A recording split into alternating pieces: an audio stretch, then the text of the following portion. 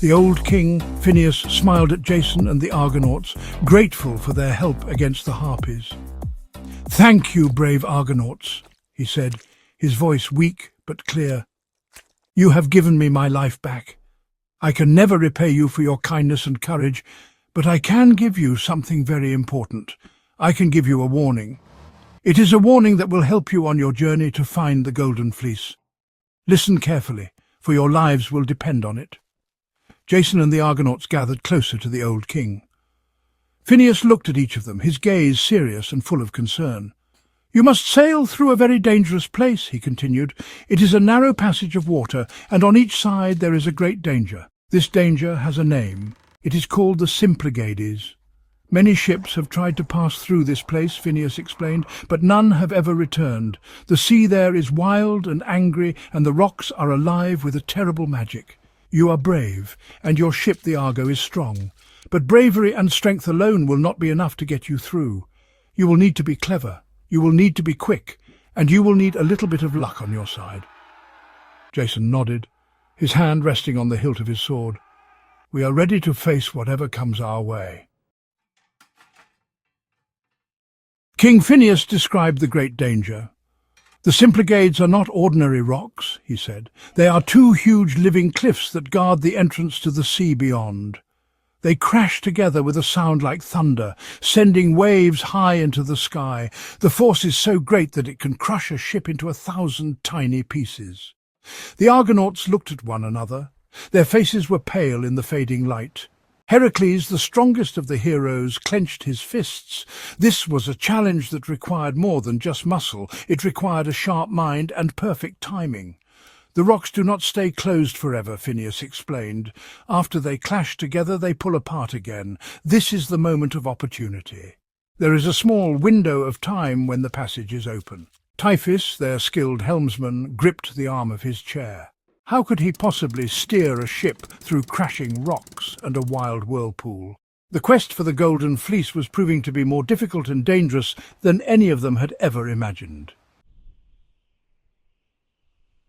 Just when the Argonauts began to feel hopeless, King Phineas offered them a clever solution. "But there is a way," he said. "An old prophecy says how a ship might pass. You must not risk your ship and your lives without a sign. You must test the will of the rocks first. For this you will need a helper. You must take a dove with you on your journey to the Symplegades. This little bird will be the key to your survival." Jason looked puzzled. "A dove?" he asked. "How can a small bird help us against giant crashing rocks?" "When you reach the narrow passage," Phineas instructed, "you must hold the Argo back. From the front of your ship you must release the dove. Watch the bird very, very closely. If the dove makes it through safely, then you will know that you have a chance. But if the rocks crush the dove," he said slowly, "then you must turn back. If the dove makes it through, even if it is just barely, you must act quickly."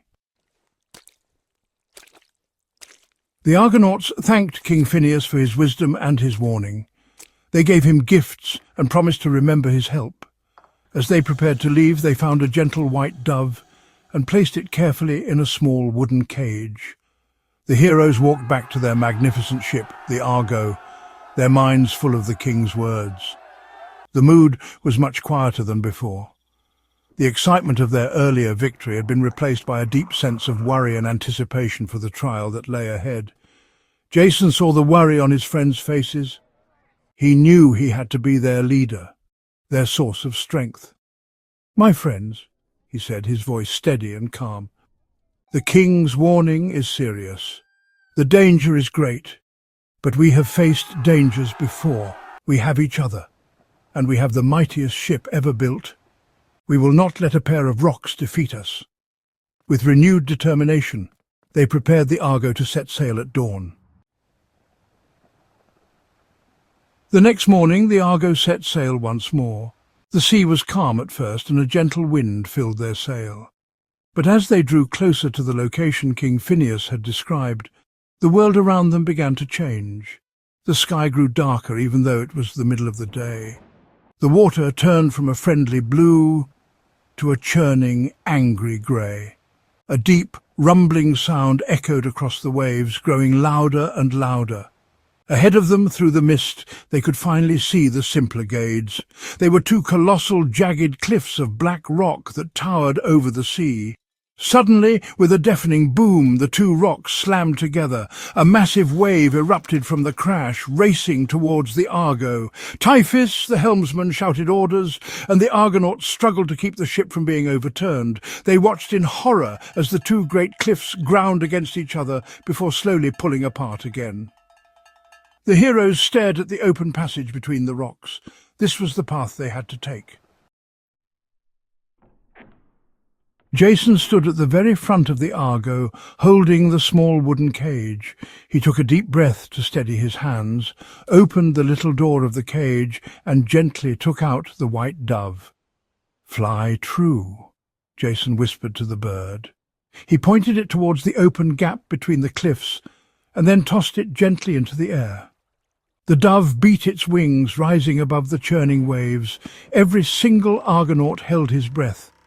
The fate of their entire quest rested on the wings of that one small creature. The dove flew swiftly, a beacon of hope in the gloomy air. Just as it reached the halfway point, the terrible rumbling started again. The rocks were beginning to move. They rushed towards each other with incredible speed. But the dove was quicker than the rocks. With a final, desperate push of its wings, it shot out from between the cliffs just as they slammed shut with a mighty crash.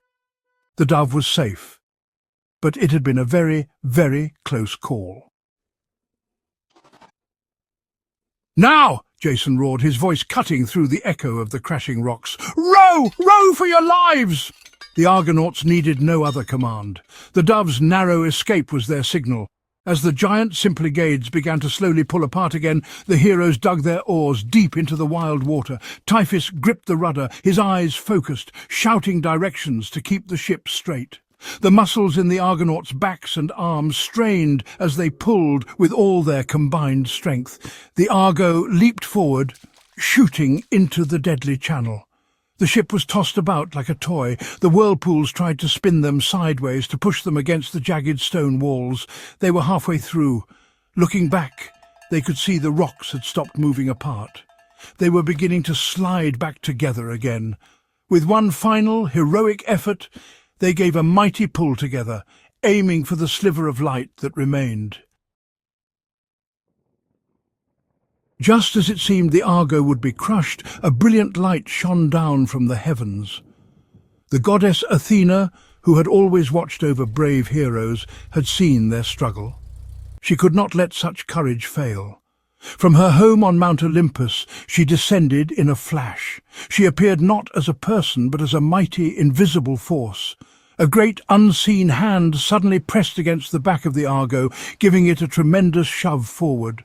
This divine push was exactly what the heroes needed. The ship surged through the last few feet of the closing gap, just as the rocks slammed shut behind them. They had made it through. They were alive. The Argonauts collapsed over their oars, gasping for breath. A strange thing happened after the Argo passed through. According to the ancient prophecy, the Symplegades were destined to plague the seas only until one ship successfully made it through them. The daring passage of the Argo had fulfilled this prophecy. As the heroes watched from the safety of the open sea, a deep groan came from the two great cliffs.